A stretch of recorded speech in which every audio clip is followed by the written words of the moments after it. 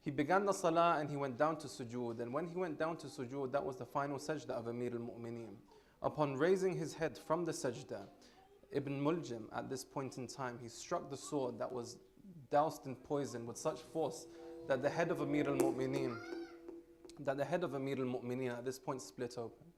The narrations are very gory in regards to the atmosphere at that time, and the blood would not stop pouring from the head of Amir al-Mu'mineen at this point in time.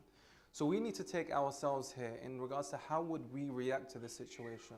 Of course, Amir al-Mu'mineen, upon this circumstance and in this situation, the only thing he came out with, by Lord of the Kaaba, I am successful. And he repeated this, by the Lord of the Kaaba, I am successful. So inshallah, if we hope to count ourselves among those who are successful, that's even at the time of ultimate pain, we are still thanking Allah subhanahu wa ta'ala. Let's ask for istighfar on this holy night, and inshallah, upon this purification, we can move towards Allah subhanahu wa ta'ala and gain proximity to Him, Rasulullah, and the Ahlul Bayt. Salawat ala Muhammad wa ali Muhammad.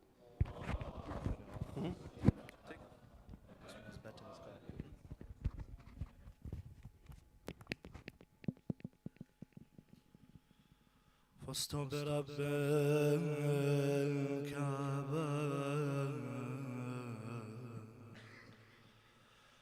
فزت برب الكعبة علي علي علي علي علي علي. My brothers and sisters, this is no ordinary night. This is the night of istighfar. This is the night of dua. This is the night Allah subhanahu wa ta'ala invites you. Come to me, my servant. Come to me, my abd. And if you do not respond to this, he says, come to me, my beloved Nabi Musa. He says, there was a time where an enemy of Allah was annoying him, was going against him. So he called the adhab of Allah upon this man. Each time when the adhab went upon this person, Nabi Musa said, oh Allah, bring more adhab. When this person was destroyed, he said to Allah, Alhamdulillah, you accepted my dua. Allah looked at Nabi Musa, he says, oh Musa, 7 times your enemy, that person asked forgiveness from you. If he once said, Ya Allah, forgive me, I would have forgiven him. This is the difference between you and me, between creation and creator. Oh, plus one, oh, lost one, oh, one overwhelmed by his sins.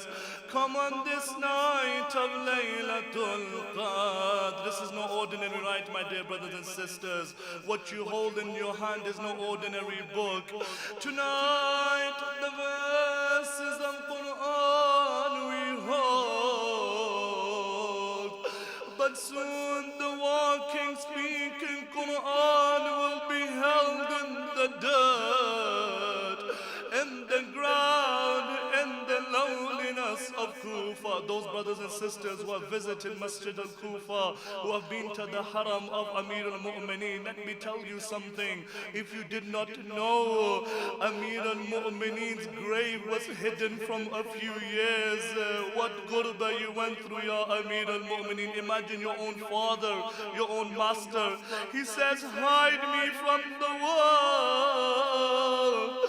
I do not want any to visit my grave. Lucky we are to visit your haram, Ya Amir al-Mu'mineen. With this broken heart, with tears in your eyes, with du'as in your heart. Do not be shy today, my brothers and sisters. Do not be shy tonight. This is the day of istighfar, the night of istighfar. Open your Qur'ans and recite with me. Allahumma إني أسألك بكتابك المنزل وما فيه وفي اسمك الأكبر وأسماؤك الحسنى وما يخاف يرجى أن تجعلني من عتقائك من النار. Hold the holy book upon your hands. Hold the Quran with your hajat, keep them in your heart. Those who are not here with you, remember, my dear brothers and sisters, I can remember a few of my brothers, a few of my sisters who have passed away. This may be the last chance, this may be the last Ramadan. Oh Allah, I say this dua on behalf of all of us. Do not let this be the last Ramadan before I see the Ali of my time, before I see Abba Saleh. Allahumma بحق هذا القرآن وبحق من أرسلته به وبحق كل مؤمن مدحته فيه وبحقك عليهم فلا أحد أعرف بحقك منك. بك يا الله، بك يا الله، بك يا الله، بك يا الله، بك يا الله، بك يا الله، بك يا الله، بك يا الله، بك يا الله، بك يا الله، بمحمد بمحمد بمحمد بمحمد بمحمد بمحمد بمحمد بمحمد بمحمد. The Quran you place upon your head, this name is not an ordinary name. Tonight he is the guest of Allah. Tonight you are the guest of Rasulullah. Tonight you are the guest of Fatima. But keep someone in your hearts tonight, my dear brothers and sisters. When you say this name, a daughter is waiting to hear the name of her father. Oh, lonely one in Sham, oh, the one Damascus, oh, Zainab Kubra. When you recite the next name of her father, keep her name, keep his name, and keep her in your hearts. This Quran upon our heads was struck by the sword of Ibn Muljim. بعلي بعلي بعلي بعلي بعلي بعلي بعلي بعلي. Can a son or a daughter ever ask their mother and not be answered? Tonight I call upon you, O lonely one of Baqi, my mother who was crushed between the wall and the door in Medina, my mother who was buried lonely in the night.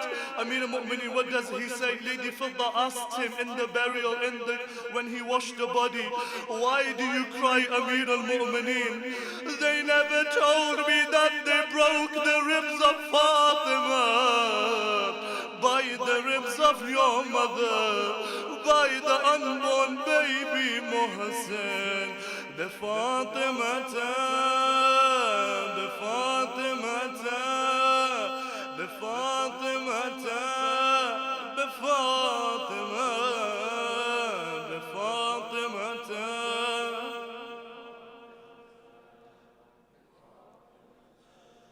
بفاطمة بفاطمة بفاطمة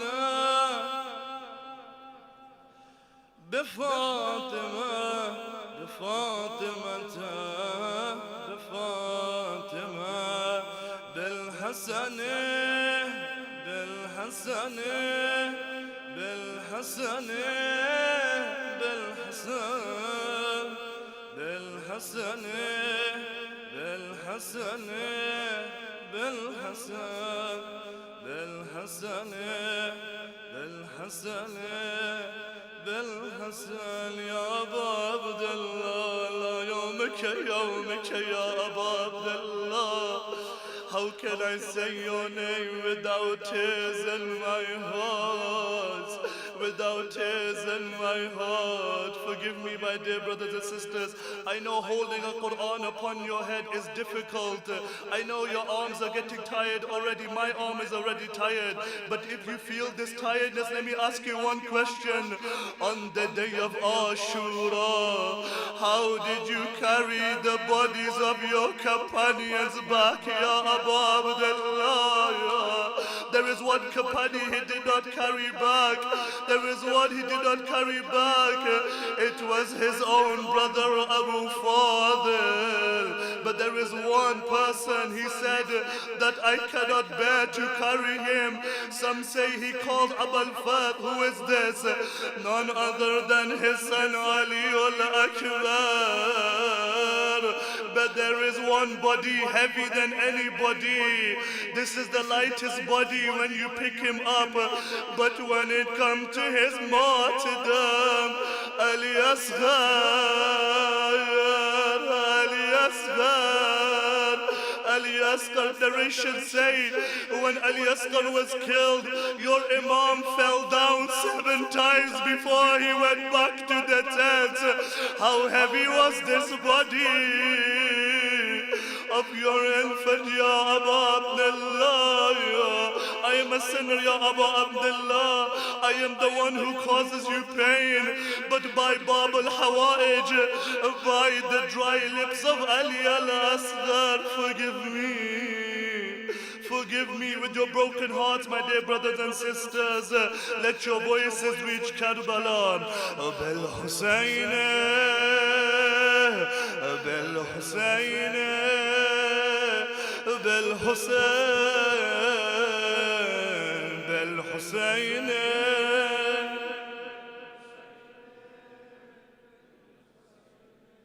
Bel Hussein, Bel Hussein, Bel Hussein, Bel Hussein, بعلي ابن الحسين، بعلي ابن بعلي ابن الحسين، بعلي ابن الحسين، بعلي ابن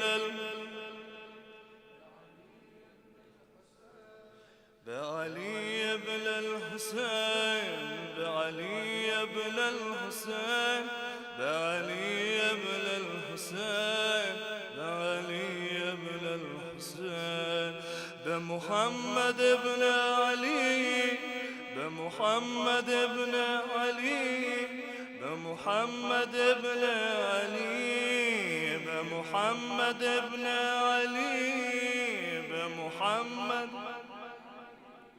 بمحمد ابن علي، بمحمد ابن علي، بمحمد ابن علي، بمحمد ابن علي، بمحمد ابن علي، بمحمد ابن علي، بجعفر ابن محمد، بجعفر ابن محمد، بجعفر ابن محمد، بجعفر ابن محمد،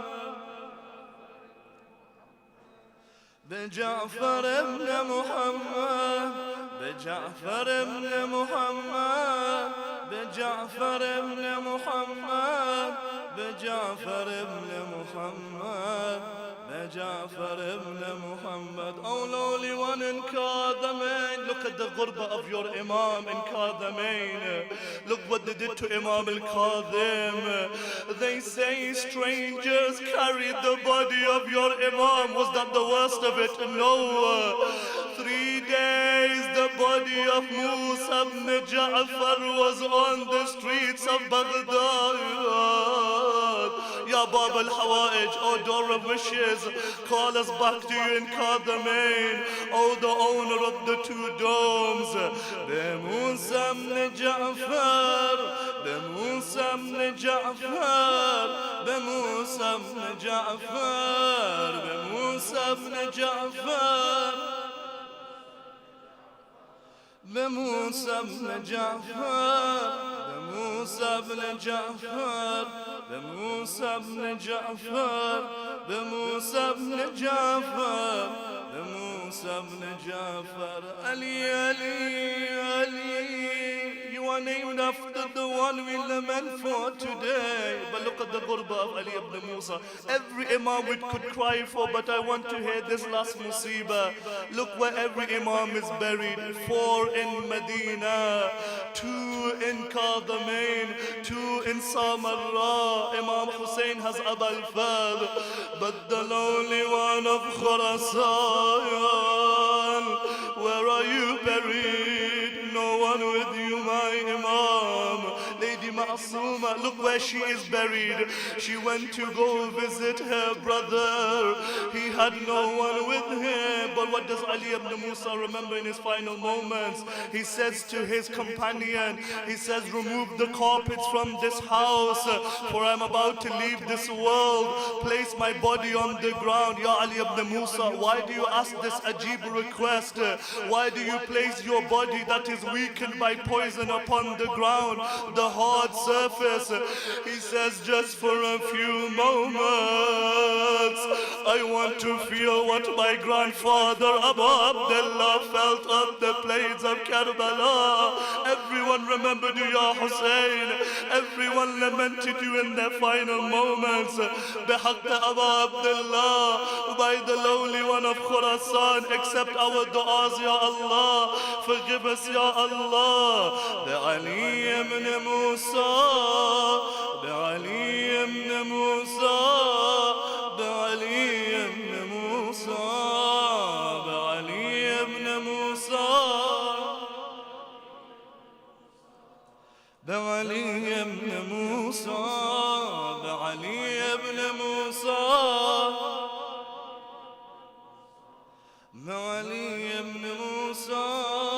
بعلي ibn Musa. بمحمد بن علي بمحمد بن علي بمحمد بن علي بمحمد بن بمحمد بن علي بمحمد بن علي بمحمد بن علي بمحمد بن علي بمحمد بن علي بعلي بن محمد بعلي بن محمد بعلي بن محمد بعلي بن محمد بعلي بن محمد بعلي بن محمد بعلي بن محمد بعلي بن محمد بعلي ibn Muhammad. This is no ordinary name, my dear brothers and sisters.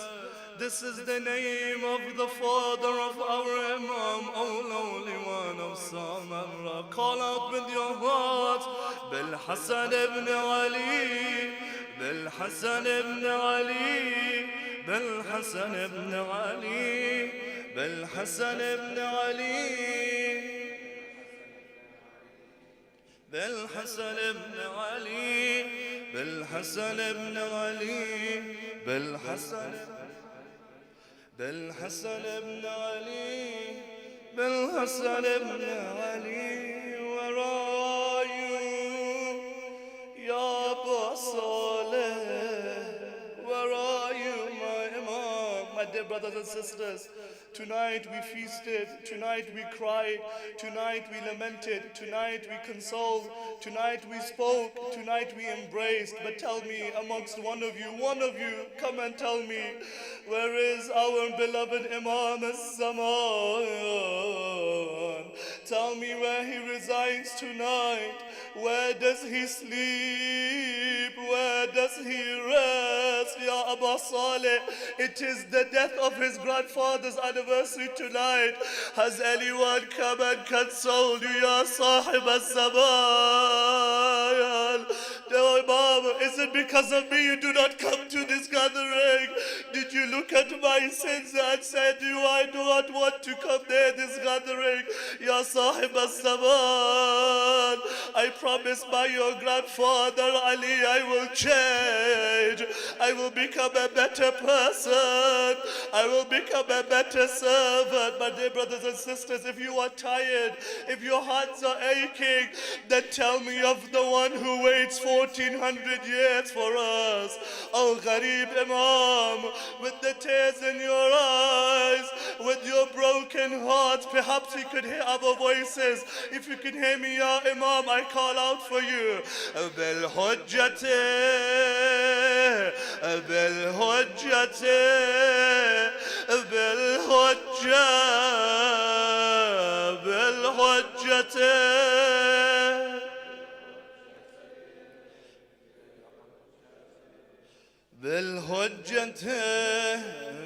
بالحجة بالحجة بالحجة بالحجة بالحجة اللهم عجل لوليك الفرج اللهم عجل لوليك الفرج اللهم عجل لوليك الفرج. With the loudest of your voices, recite with me.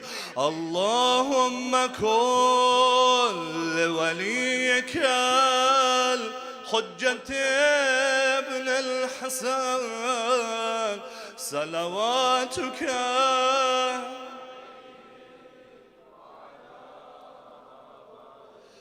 في هذه الساعة وفي كل وليا وحافظا وقائدا ودليلا وعينا حتى تسكنه أرضك توا وتمتعه فيها طويلا برحمتك يا أرحم الراحمين. This moment is the moment of dua. Do not waste it, my dear brothers and sisters. This is the moment of istighfar. Remember your Imam.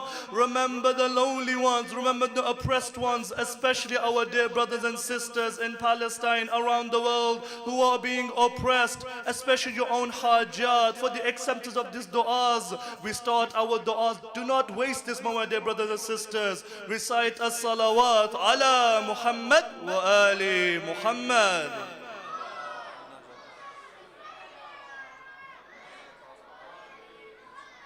Inshallah, we recite salawat. Take this moment, like I mentioned, to recite any du'as. Pour your heart out, pour your tears. Take this moment and just speak to Allah subhanahu wa ta'ala.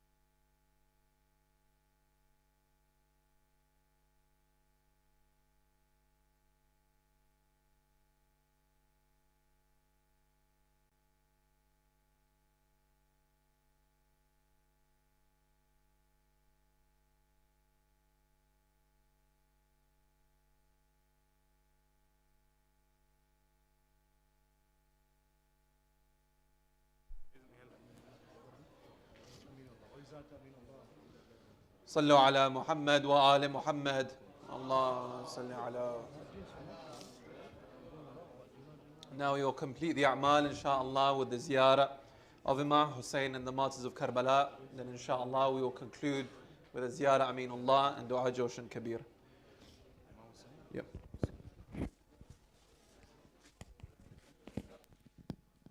Inshallah, before we recite Ziyarat Aminullah by our dear brother Rashid, we will recite the ziyarah of Imam Hussein, Khususi Laylatul Qadr, which includes the ziyarah of Ali al-Akbar, the Ashab and Abu Fadil, inshallah. With the loudest of your voices, recite Salawat ala Muhammad wa Ali Muhammad.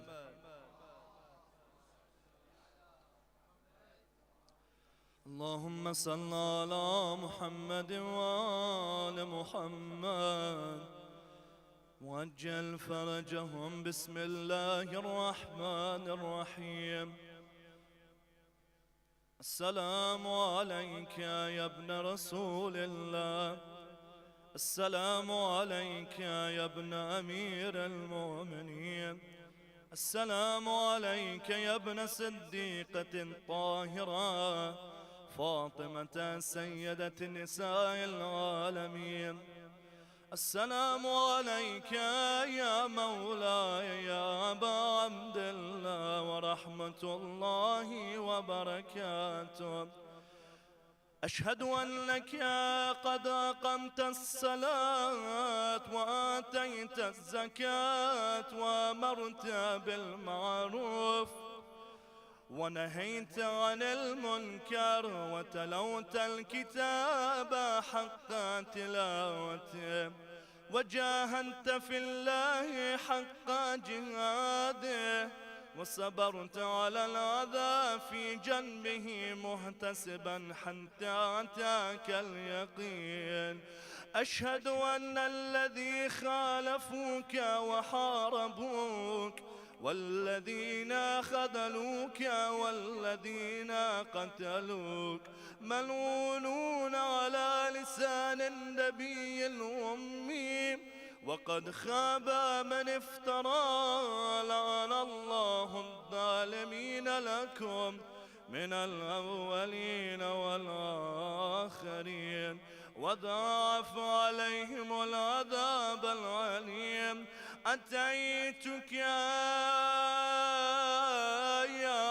مولاي يا ابن رسول الله زائرا عارفا بحقك مواليا لأوليائك معاديا لأعدائك مستمسرا بالهدى الذي أنت عليه عارفا بالضلالة من خالفك فاشفع لي عند ربك. السلام عليك يا حجة الله في أرضه والسماء. صلى الله على روحك الطيب وجسدك الطاهر وعليك السلام يا مولاي ورحمة الله وبركاته. زيارة علي بن الحسين. السلام عليك يا مولاي وابن مولاي ورحمة الله وبركاته.